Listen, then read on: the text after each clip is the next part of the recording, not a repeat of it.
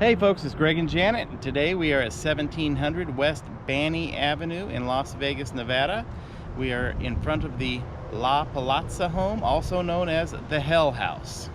It has a very dark, scary, and intriguing past.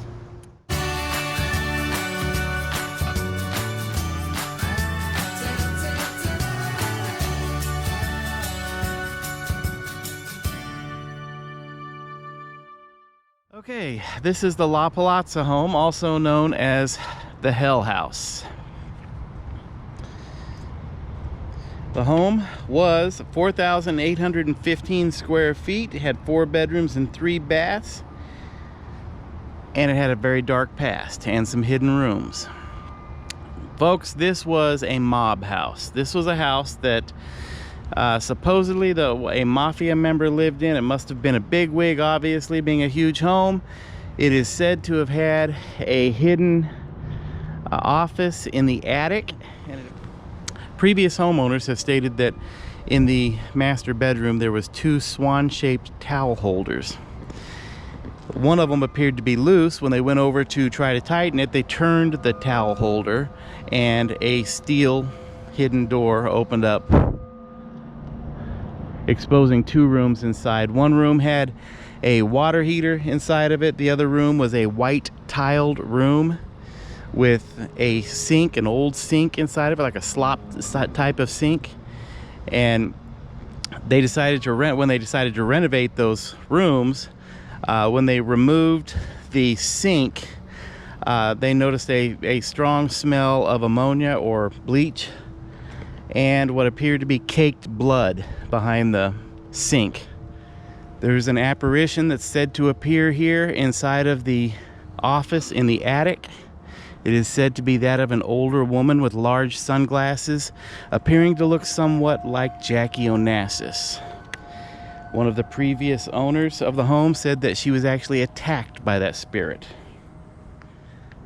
The same previous owners also found 2 .22 caliber guns hidden in the floorboards of the home. 22 calibers because they were easy to carry and they were hard to trace. 22 caliber weapons were also what was popular with the mafia or the outfit to use in gangland slayings, because they could shoot somebody in the back of the head, the bullet would enter the skull and bounce around, creating all kinds of damage to the brain. One of the previous owners also said she also felt as though she was being watched. She started walking around the house, knocking on all the walls, looking for other hidden rooms. After doing that for several days, on one of the walls where she knocked, something knocked back at her and then growled. I have no idea what that was. Zach Baggins and his crew entered the home to do a paranormal investigation. At the time, the home had been gutted, so there's a lot of rafters and exposed beams and stuff showing. When they entered the La Palazza home, their equipment batteries started to drain. Audio died on their equipment. When they finally got everything running, they recorded many EVPs.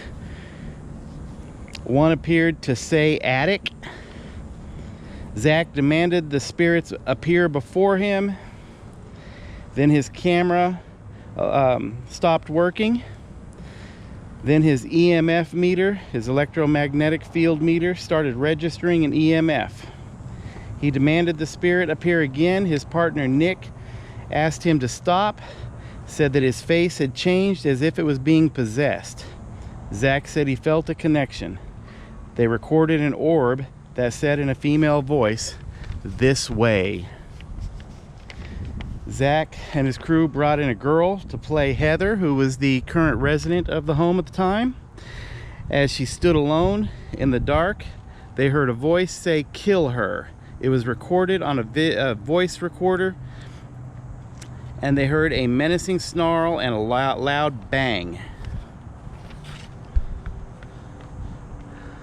This home is infamous here in Las Vegas, although I've never actually heard who the owner was at the time that supposedly this house was mobbed up. So I'm not sure as to which family it was or who actually lived here at the time, but for decades this home has been rumored to have been where all kinds of really bad mafia stuff occurred.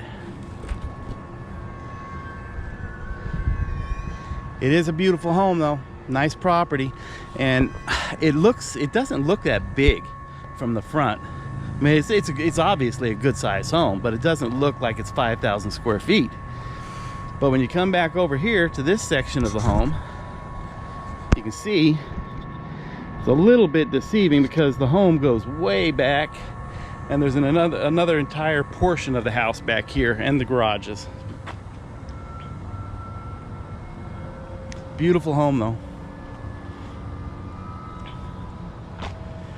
We're in the Scotch 80s neighborhood, which is where all of Las Vegas's old money resides. This is the neighborhood that oh goodness, Ted Binion lived in. Michael Jackson's last Las Vegas home is here.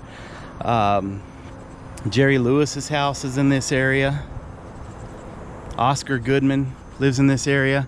Oscar Goodman was Las Vegas's mayor. His wife is the current mayor now, but back in the day, Oscar Goodman was the attorney that represented Tony Spilatro and a lot of the mob figures. He also represented Frank Coletta for a short time.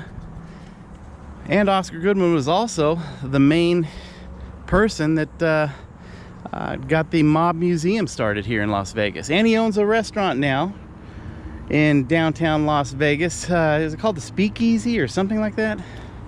All right, I just talked to one of the neighbors here and was informed that this portion of the house right here, this high portion, that is where the office may have been. He said that that's where he's always heard that the attic office was, and it makes sense. That's the highest portion of the home, or tallest portion of the home, and it was supposed to be upstairs in the attic.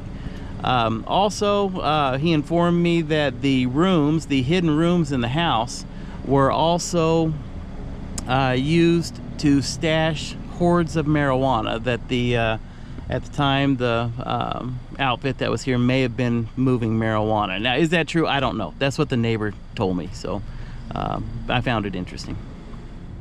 Hey guys, thanks for watching. And well, you know, this is supposed to be really haunted and eerie, and there's a lot of mob bad stuff that happened here. But if you liked the video, thumbs up, subscribe if you could please, and hit the little bell for notifications on our posts, and share, and we appreciate all of you. Thanks.